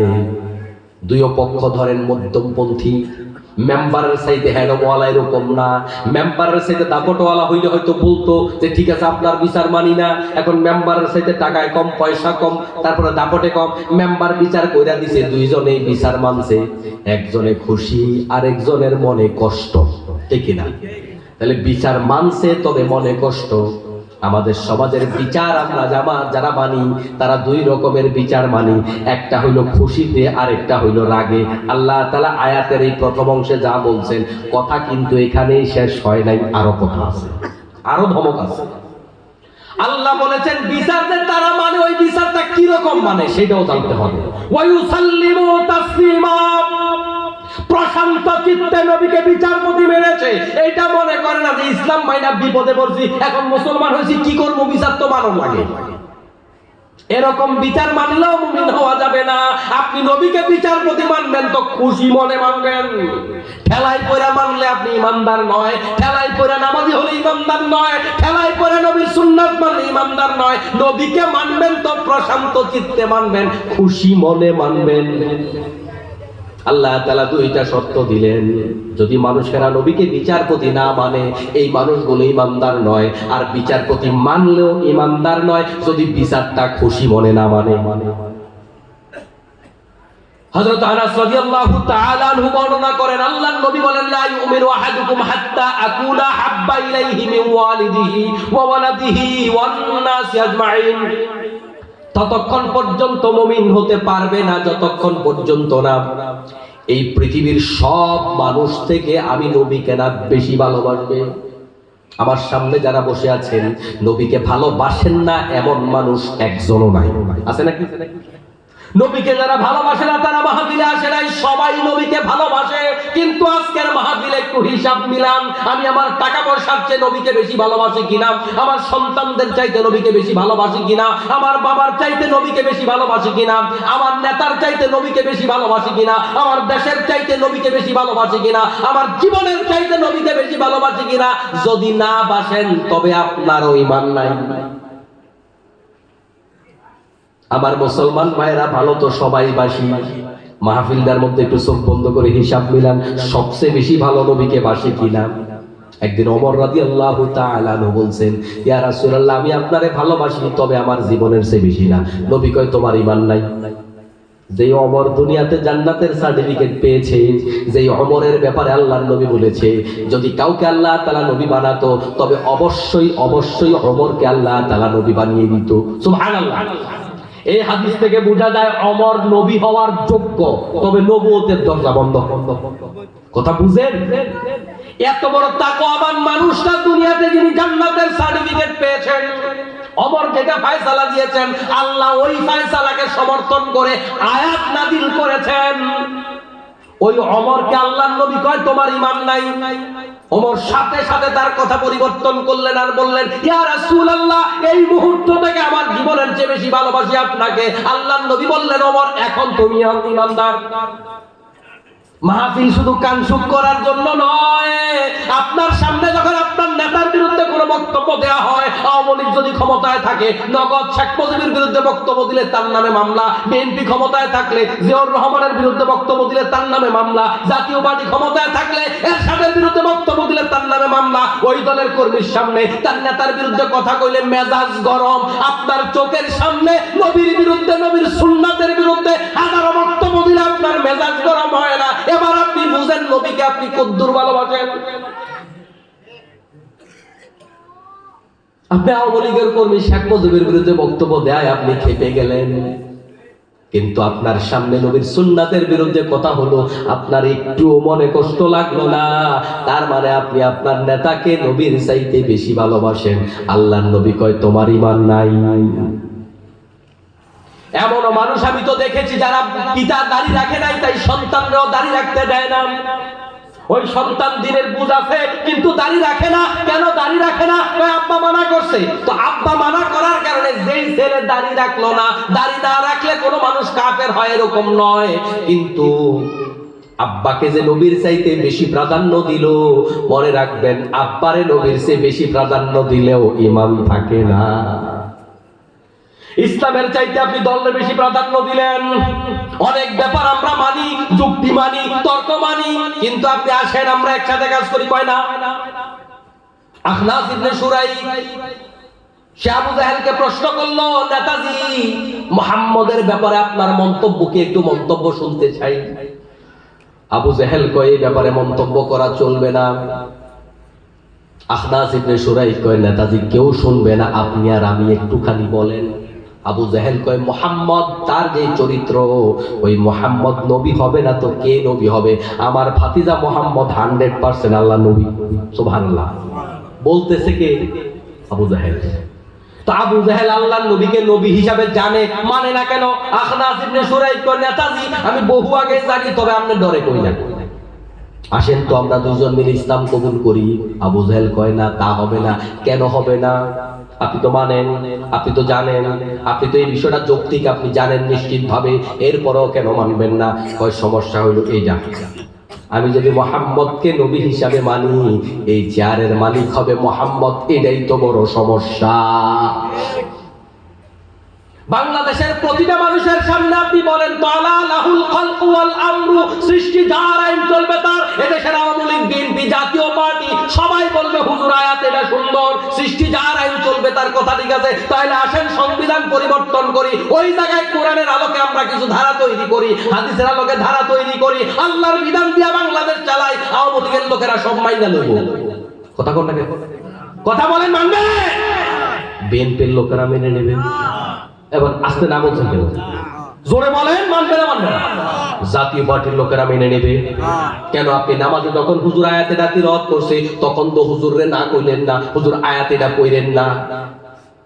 আপনি আরবি কোরআন শরীফ শুনতে মজা পান, আরবিটা আপনি মানেন, বাংলাটা মানেন না, তাহলে তো হবে না। আপনার একটা প্রেসক্রিপশন দিয়েছে ডাক্তার, ডাক্তার প্রেসক্রিপশন দেওয়ার পরে 3 বেলার ঔষধ দিয়েছে, আপনি প্রেসক্রিপশনের ওষুধগুলা কিনলেন না, খাইলেন না, শুধু 3 বার প্রেসক্রিপশনটা রিডিং করলেন। সকালে কি খাইতে হবে, দুপুরে কি খাইতে হবে, রাতে কি খাইতে হবে, রোগ সারবে? প্রেসক্রিপশন রিডিং করলে যেমন রোগ সারে না, আমাদের বাংলাদেশের মধ্যে এত অশান্তি, বাংলাদেশে এত ধর্ষণ, বাংলাদেশে এত খুন, বাংলাদেশে এত রকমের অশান্তি, এগুলার কারণ কি? কোরআন শরীফ সকালে পড়ি, দুপুরে পড়ি, রাতে পড়ি, তিলাওয়াত করি, কিন্তু এই কোরআনের আয়াতগুলো জমিনে বাস্তবায়ন করতে গেলে এক দলের লোকেরাও রাজি হয় না। আপনি রিডিং পড়লেন, আপনি আপনার রিডিং পড়ার জন্য আল্লাহ কোরআন শরীফ দিয়েছে নাকি? আল্লাহ তাআলা তো বলেছেন এই কোরআন শরীফ রিডিং পড়ার জন্য দেই নাই, লিতুখরিজান নাসা মিনাজ যুলুমাতি ইলান নূর। কোরআন কেন দিয়েছে আল্লাহ আপনি কি জানেন? কোরআন নামাজ পড়ার জন্য শুধু দিয়েছে এমন নয়, রোজা রাখার জন্য, হজ যাকাতের জন্য কোরআন দিয়েছে এমন নয়। আল্লাহ তাআলা কোরআন নাজিলের আসল উদ্দেশ্যটা বলতেছে, লিতুখরিজান নাস, মানুষগুলাকে বের করার জন্য আল্লাহ তাআলা চাই মিনাজ যুলুমাতি ইলান নূর। এই জুলুমবাজ সমাজ থেকে মানুষগুলাকে শান্তির সমাজের দিকে নিয়ে যাওয়ার জন্য আল্লাহ কোরআন দিয়েছে। এই আয়াতটা থেকে স্পষ্ট বোঝা যায় কোরআন এসেছে জমিনে জুলুম বন্ধ করার জন্য।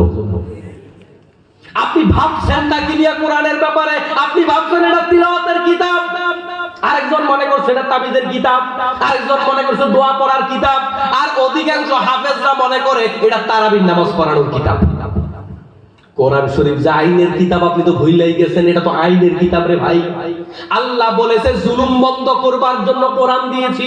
আল্লাহর নবী সাল্লাল্লাহু আলাইহি ওয়াসাল্লামের জামানায় জুলুম ছিল, এই জন্য ওই জামানাটাকে বলা হতো আইয়ামে জাহিলিয়াত। ওইটা পরিবর্তন করে আল্লাহর নবী শান্তির সমাজ কায়েম করেছে। আল্লাহর নবী কোরআন দিয়া জুলুম বন্ধ করছে না করে নাই? জুলুম বন্ধ হয়েছে তো। এখন আমাদের সমাজে জুলুম আছে না নাই? পরিবারে বাবা তার সন্তানদের উপরে জুলুম করে, ছেলেদের নামে জায়গা জমিন সব লিখে দেয়, মেয়েদেরকে দেয় না। এরকম বাবা আমাদের সমাজে অ্যাভেলেবেল আছে না নাই? জনগণের সম্পদগুলা মেম্বার চেয়ারম্যানরা পকেটে ঢুকায়, আছে না নাই? এমপিরা বাংলাদেশের সম্পদগুলা সুইস ব্যাংকে জমা করে, আছে না নাই? গরিবের সম্পদ মেরে খায়, সিন্ডিকেট করে করে আলুর দাম বাড়ায়, চালের দাম বাড়ায়, তেলের দাম বাড়ায়। এই গরিবের উপর জুলুম বাংলাদেশে কম না বেশি? এত বেশি আর কোন দেশে নাই। বেশি মানে ছোট্ট ছোট্ট করে অনেকগুলা দেশে যাওয়ার সুযোগ হয়েছে। আমি দেখেছি 10 বছর আগে ওই দেশে দ্রব্য মূল্যের দাম যেটা ছিল, 10 বছর পরে এমন অনেক জিনিস আছে এখনো প্রায় একই দাম আছে, 19-20 বেড়েছে, প্রায় একই দাম আছে। অথচ আমাদের বাংলাদেশে ওই 10 টাকা খাওয়ানোর চাল এখন 100 টাকা হইয়া গেছে। আগে আমরা দেখতাম রাস্তায় রাস্তায় মোড়ে মোড়ে বিভিন্ন জায়গায় স্লোগান লেখা থাকতো, বেশি করে আলু খান, ভাতের উপরে চাপ কমা। এখন বেশি করে ভাত খান, আলুর উপরে চাপ কমা। আমি হাসির খোরাক দিচ্ছি না, এগুলা কি আপনাদের উপর জুলুম হচ্ছে না? এই গ্রামে কি রিকশাওয়ালা নাই? কয় টাকা কামাই করে? যেই টাকা কামাই করে তার 2-4-5টা সন্তান থাকলে তার এই আইডিয়া সন্তানগুলোকে চালানো সম্ভব নয়। এই যে দ্রব্য মূল্যের দামটা বাড়লো, এগুলার জন্য এই গ্রামের মূর্খরা দায়ী নয়, এই গ্রামের রিকশাওয়ালারা দায়ী নয়। এই সমাজের যত জুলুম চলতেছে সবগুলোর জন্য শিক্ষিত লোকেরা দায়ী। আপনি কোরআন শরীফ নিয়ে বসে আছেন, আপনি মুখে মুখে বলতেছেন ইসলাম অর্থ শান্তি, ইসলাম অর্থ শান্তি। আপনি শান্তির নামে কবিতা লেখেন, ইসলাম অর্থ শান্তি আপনি রচনা লেখেন, ইসলাম অর্থ শান্তি আপনি বিবৃতি দেন, ইসলাম অর্থ শান্তি আপনি পত্রিকায় লেখেন, কিন্তু শান্তি বাংলার জমিনে নাই, আছে খালি জুলুম। এই জুলুম কেন আছে? কোরআন থাকলে তো জুলুম থাকার কথা নয়। আলো আছে যেখানে, অন্ধকার থাকতে পারে না সেখানে। আলো থাকার পরেও এত অন্ধকার কেন? কারণ হইল আমাদের অবস্থা হইল এই, ডাক্তার প্রেসক্রিপশন দিয়েছে, এটা দৈনিক আমরা রিডিং পড়ি। প্রেসক্রিপশন রিডিং পড়ার জন্য, এটা বাস্তবায়ন করার জন্য। আমার মুসলমান ভাইয়েরা, আল্লাহর নবী সাল্লাল্লাহু আলাইহি ওয়াসাল্লাম বলেন, তোমরা ততক্ষণ পর্যন্ত মুমিন হতে পারবে না যতক্ষণ পর্যন্ত না আমাকে সব কিছুর চাইতে বেশি না ভালোবাসবে। তোমাদের আওয়াজ আমার আওয়াজের চাইতে উঁচু হতে পারবে না। লা তারফাউ আসওয়াতাকুম ফাওকা সাউতিন নবী, নবীর আওয়াজের চাইতে তোমাদের কারো আওয়াজ উঁচু হওয়া হারাম। এজন্য নবীর রওজার পাশ দিয়ে যারা হেঁটে যায় একেবারে নিচু আওয়াজ, কারণ রওজার মধ্যে আল্লাহর নবী জীবিত, সেখানে উঁচু আওয়াজে কথা বলা আপনার আমার জন্য হারাম। লাখো লাখো মানুষ আল্লাহর নবীর কবর জিয়ারত করছে, কিন্তু কেউ উঁচু আওয়াজে কথা বলে না। উঁচু আওয়াজে কথা বললে কি হবে? আনতা হাবাতা আমালুকুম, আল্লাহ বলে উঁচু আওয়াজে কথা বললে সব আমল বরবাদ হয়ে যাবে, আমল ডিলেট হয়ে যাবে, উঁচু আওয়াজে কথা বলা যাবে না। এখন প্রশ্ন হলো, আপনারা যারা সৌদি আরব যান নাই, হজ উমরা করেন নাই, অথবা আমরা তো নবীকে আমাদের সামনে জীবিত অবস্থায় পাই নাই, আল্লাহ তাআলা যে বলেছে নবীর চাইতে উঁচু আওয়াজে কথা বলা যাবে না, এই আয়াতের আমল আমরা কেমনে করব? প্রশ্ন জাগে না? নবী তো নাই, তাহলে উঁচু আওয়াজে কথা বলার প্রশ্নটা কি? নবী তো আমাদের সামনে নাই। উঁচু আওয়াজে কথা বলা যাবে না মানে হলো নবীর রেখে যাওয়া যে সুন্নাত আছে, আইন আছে, নবীর রেখে যাওয়া যে বিধান আছে, আপনি তার উপরে কোনো বিধান তৈরি করতে পারবেন না। কিন্তু আমরা তো নবীর বিধান থাকতে তার উপরে বিধান বানাইছি। নবীর সুন্নাত মতো আমাদের সমাজের বিয়া হয় না, নবীর সুন্নাত মতো বাহিরে চলা তো দূরের কথা, নবীর সুন্নাত মতো তো মসজিদের কমিটিটাও হয় না। আল্লাহ রাব্বুল আলামিন মসজিদ কমিটিতে কারা থাকবে চারটা গুণের কথা বলেছেন। 1 নাম্বার, মান আমানা বিল্লাহ, প্রকৃত ঈমানদার যিনি মসজিদ কমিটি হবেন তিনি। অথচ আমরা বাংলাদেশে স্বৈরাচারের আমলে দেখেছি বহু মসজিদের দায় দায়িত্ব হিন্দুরাও আছে। কোন কাফের বেঈমান মসজিদ কমিটিতে থাকতে পারবে না বলেছে কে? মসজিদ কি আপনার বাপদাদার জায়গা নাকি? এটা তো আল্লাহর ঘর, এখানে আপনাকে ঈমানদার হতে হবে, রাসূলের প্রতি ঈমান আনতে হবে, নামাজ কায়েম করতে হবে, ওয়াকামুস সালাহ, নামাজ কায়েম করবে, এটা মসজিদ কমিটির কোয়ালিটি। এখন মসজিদ কমিটির যিনি সভাপতি হবেন, সেক্রেটারি হবেন, তিনি মানুষকে নামাজ পড়াবেন, তাহলে তিনি সভাপতি হতে পারবেন। এখন সভাপতি নিজেই নামাজ পড়ে না। আপনি তো মসজিদ জবরদখল করেছেন, যে ব্যক্তি নামাজ পড়ে না সেই মসজিদের কমিটিতে থাকতে পারবে না, এটা আল্লাহর বিধান। যে ব্যক্তি যাকাত দেবে না সেই মসজিদের কমিটিতে থাকতে পারবে না। সর্বশেষ আল্লাহ রাব্বুল আলামিন বলেন, ওয়ালাম ইয়াখশা ইল্লাল্লাহ, যে ব্যক্তি আল্লাহ ছাড়া কাউকে বেশি ভয় পাবে ওই ব্যক্তিও কমিটি থাকতে পারবে না। আপনি কমিটির সভাপতি হয়ে হুজুরে খালি স্লিপ দেন, হুজুর এইটা ওয়াজ করেন না, ওইটা ওয়াজ করেন না, কেন? কয় পুলিশের ভয় আছে, অমুকের ভয় আছে। আল্লাহ বলে যে ব্যক্তি আল্লাহ ছাড়া কাউকে ভয় করবে ওই ব্যক্তি কমিটি থাকবে না। ওয়ালাম ইয়াখশা ইল্লাল্লাহ, আল্লাহ ছাড়া কাউকে ভয় পাইতে পারবে না। এখন বলেন নবীর সুন্নাত বাহিরে থাকবে কেমনে? মসজিদের ভিতরেই তো জাহিলিয়াত ঢুইকা বইসা রইছে। আমার মুসলমান ভাইয়েরা, আল্লাহ রাব্বুল আলামিন তার নবীর মাধ্যমে জানালেন আল্লাহর নবীকে মানতে হবে গোটা জীবনের চাইতে বেশি। আমার আলোচনার ইতি এখানে টানতে চাই। আমার মুসলমান ভাইয়েরা, যতদিন বেঁচে থাকবো ঈমান নিয়ে বেঁচে থাকবো, কথা বলার ক্ষেত্রে আল্লাহ ছাড়া কাউকে ভয় পাবো না। রাজি আছেন? কথা বলার ক্ষেত্রে আল্লাহ ছাড়া কাউকে পরোয়া করব না। আল্লাহ আপনার হায়াত যতদিন রেখেছে তার চাইতে 1 সেকেন্ড আগে আপনাকে দুনিয়া থেকে কেউ বিদায় করতে পারবে না। আল্লাহ রাব্বুল আলামিন যদি আপনাকে দুনিয়া থেকে বিদায় করতে যায়, গোটা দুনিয়ার সব ডাক্তার মিলাইয়া আপনাকে 1 মুহূর্তের হায়াত বাড়াতে পারবে? তাহলে আপনি ভয় পাইয়া লাভটা কি? ভয় পাওয়া, আল্লাহ ছাড়া কাউকে ভয় পাওয়া, এটাও এক ধরনের শিরিক। দেখি, আল্লাহ ছাড়া কাউকে ভয় পাওয়া এটাও হলো এক ধরনের শিরিক। এজন্য আমার মুসলমান ভাইয়েরা, আল্লাহ ছাড়া কাউকে ভয় পাওয়া যাবে না। আল্লাহ নবী সাল্লাল্লাহু আলাইহি ওয়াসাল্লামের সাহাবায়ে কেরাম আল্লাহর নবীর বিচার ফয়সালাকে কত বেশি গুরুত্ব দিয়েছেন। একটা ঘটনা বলে কথা শেষ করতে চাই। হযরত ওমর রাদিয়াল্লাহু তাআলা আনহুর একটা ঘটনা।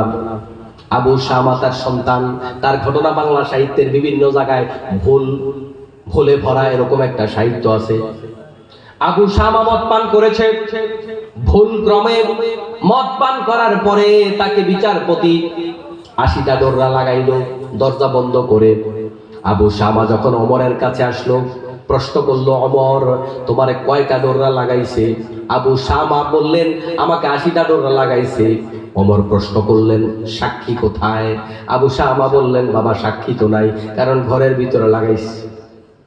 ওমর রাদিয়াল্লাহু তাআলা আনহু সাথে সাথে আগের বিচার উদ্ধ করলেন, নিজ হাতে বিচার করলেন, ৮০টা ডোরা লাগাইলেন, একটাও কম দিলেন না।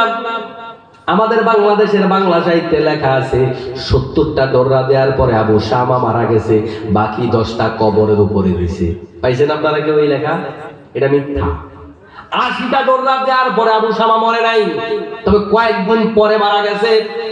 আবু শামাকে এভাবে প্রহার করেছে, এটা ম্যাড বাই বাংলাদেশ প্রহার না। আমি গ্রামে গঞ্জে এলাকায় দেখছি, একটা সময় ডোররা দিত গ্রামে গঞ্জে অপরাধ করলে ৮০ ডোররা কেমনে দিত, ওই যে শলার গোড়া আছে না, ২০টা একসাথ করে সাইরবারে দিয়া কয় ৮০টা হয়ে গেছে। অথচ আল্লাহ তাআলা এই যে মিআতা জালদা বলেছেন, জালদা মানে হলো জিলদুন মানে চামড়া, ওটা চামড়ার বেত হবে, চামড়ার চাবু গলে হবে, একটা খাইলে খবর আছে, এরকম ৮০টা দিলে বাঁচার সম্ভাবনা তো নাই। ১৬০টা আঘাত খাওয়ার পরে একেবারে মৃত্যু সজ্জায় ওমর যখন কদিন পরে তাকে দেখতে আসলেন আর বললেন, বাবা আবু শামা তুমি কেমন আছো? আবু শামা বললেন, আব্বা আপনি তো আমারে হত্যা করে ফেলেছেন, আমি বোধহয় আর বাঁচবো না। ওমর সন্তানের কপালে চুমো দিলেন, ২ গালে চুমো দিয়া বললেন, আবু শামা বাবা হিসাবে তোমারে কি বলে যে কষ্ট দিয়েছি, কিন্তু বাবা হিসাবে তোমার প্রতি আমার দরদ আছে, শরীয়তের বিধানের কারণে আমি তোমাকে প্রহার করেছি। তুমি যদি সত্যি মারা যাও তোমার কাছে আমার আবদার থাকবে, আল্লাহর কাছে গিয়ে আমি ওমরের জন্য অন্তত এতটুকু কথা বলবে, আল্লাহ তাআলার কাছে সাক্ষী দিবে যে আমার বাবা ইসলামের বিধানের ব্যাপারে সন্তানের সাথেও সামান্যতম কম্প্রোমাইজ করে নাই। আমরাও তো বিচার করি, বিচার তো সব গরিবের জন্য, বিচার তো সব পরের ছেলের জন্য, নিজের ছেলের জন্য তো বিচার হয় না, মেম্বার চেয়ারম্যানের ছেলের জন্য বিচার হয় না। আপনি খেয়াল করে দেখেন, গ্রামে গঞ্জে অনেক সময় পোলাপানে অনেক ছোটখাটো চুরি টুরি করে কিনা, ডাব খায়, ডাব রাত্রিবেলা আছে না, নতুন করে যদি শশা লাগায় ক্ষেতের শশা খাইয়া ফেলায় পোলাপানে, ওই চাচার গাছের ডাব, জেডার গাছের ডাব তো চুরি করে খাইলি কেন, খুঁজলেই তো দেখ চুরি করে খাওয়ার মধ্যে একটা মজা আছে না। কোনো কারণে ধরা খাইয়া গেল একজন, যে ধরা খাইছে সে একেবারে গরিবের ছেলে, সমাজের নেতা বিচার ফায়সালা করতেছে, আইসা দেখে এমন লোক ধরা খাইছে সে তো গত নির্বাচনে মোটামুটি আমার বিপক্ষের এজেন্টটা ছিল, জায়গা মতো ধরা খাইছে, এখন বিচার হবে কোরআনের আইনে। অথচ নেতাজি নামাজ পড়ে না এক ওয়াক্ত, এখন কোরআনের আইনে বিচার করে। যখন কোনোভাবে মাপ চাওয়ার পরেও মাপ পাওয়া যায় না, যে আর কখনো করব না, তারপরেও ছাড়ে না। এখন চোর ওই বেটা কয়, চেয়ারম্যান সাহেব একখান কথা কয়, কি কথা? গতকাল যখন আমি চুরি করেছিলাম, আমি চুরি কিন্তু একা করি নাই, আপনার ছেলে আব্দুল কুদ্দুস ছিল। চেয়ারম্যানকে এখন দায়িত্ব, মোটামুটি ফোন 11টা বাজে, আমার জরুরি মিটিং আছে, মেল স্থগিত আসেনি। আর আমি একটা উদাহরণ দিলাম, কিন্তু এরকম ঘটনা আমাদের সমাজে আছে না নাই? তাহলে বিচার তো সব গরিবের জন্য, নেতার ছেলেদের জন্য তো বিচার নাই। মুসলমান ভাইরা, এই জন্য আমরা যদি ইমানদার হতে হয়, নিজের জন্য বিচার যেটা হবে, পরের জন্য বিচার সেটা হবে, ধনীর জন্য বিচার যেটা হবে, গরিবের জন্য সেটা বিচার হবে, তাহলেই আপনি ইমানদার। প্রিয় মুসলমান ভাইরা, যতদিন বেঁচে থাকবো সবার প্রতি ন্যায় বিচার করব। 2 সন্তানকে 2 রকম দেখবো না, 2 ভাইকে 2 রকম দেখবো না, গরিব ধনীকে আলাদা করব না। এই সিদ্ধান্ত নিয়ে যদি বাড়ি যেতে পারেন, যতদিন বেঁচে থাকবো কোনোদিন হারাম টাকা খাবো না, এক ওয়াক্ত নামাজ ছেড়ে দেব না, এই সিদ্ধান্ত নিয়ে বাড়ি যেতে পারলে আজকের মাহফিল সফল এবং সার্থক হবে, ঠিক কিনা? তবে হুজুর এই ওয়াদা আজকের এই আলোচনায় করব না, এই ওয়াদাটা পরে আগামী বছর করব, এরকম লোক আমার সামনে আসেনি? যারা চিন্তা করছেন এই ওয়াজে না হুজুর অন্তত রোজার পরে, দাঁড়িয়ে রোজার পরে রাখি। আচ্ছা আপনারা বলেন, রোজার পর পর্যন্ত আপনি বাঁচবেন, এই গ্যারান্টি কি? এই যে পাশে বিশাল বড় গোরস্থান, মনে রাখবেন এই গোরস্থানে এরকম হাজার লোক শুয়ে আছে যারা মনে করেছিল, সিদ্ধান্ত নিয়েছিল আগামী বছর থেকে নামাজ পড়বো, তার জন্য আগামী বছর আসে নাই। আগামী রোজা থেকে যারা দাঁড়িয়ে রাখবো চিন্তা করেছে, তার জন্য আগামী রোজাও আসে নাই। যারা আগামী বছর থেকে রোজা রাখবে ভেবেছে, তাদের জন্য আগামী রোজা আসে নাই। যারা মনে করেছে এই ব্যবসা বাণিজ্যটা মোটামুটি গুছাই এরপরে হারাম ছেড়ে দেব, তার জন্য আগামী বছর আসে নাই। তাহলে হারাম খাবো না, নামাজ ছাড়বো না, রোজা ছাড়বো না, মানুষ ঠকাবো না, ওই সিদ্ধান্ত আগামী বছর নাকি আজকে? কারা কারা পারবেন দুহাত তুলে আল্লাহকে দেখান। নারায়ে তাকবীর। আল কোরআনের আলো, আল হাদিসের আলো। আল্লাহ তুমি আমাদের ওয়াদা পালন করার তৌফিক দান করো। আমার মুসলমান ভাইয়েরা, আমি আপনাদের কাছে আর 5টা মিনিট সময় নিতে চাই। আপনারা কি থাকবেন না চলে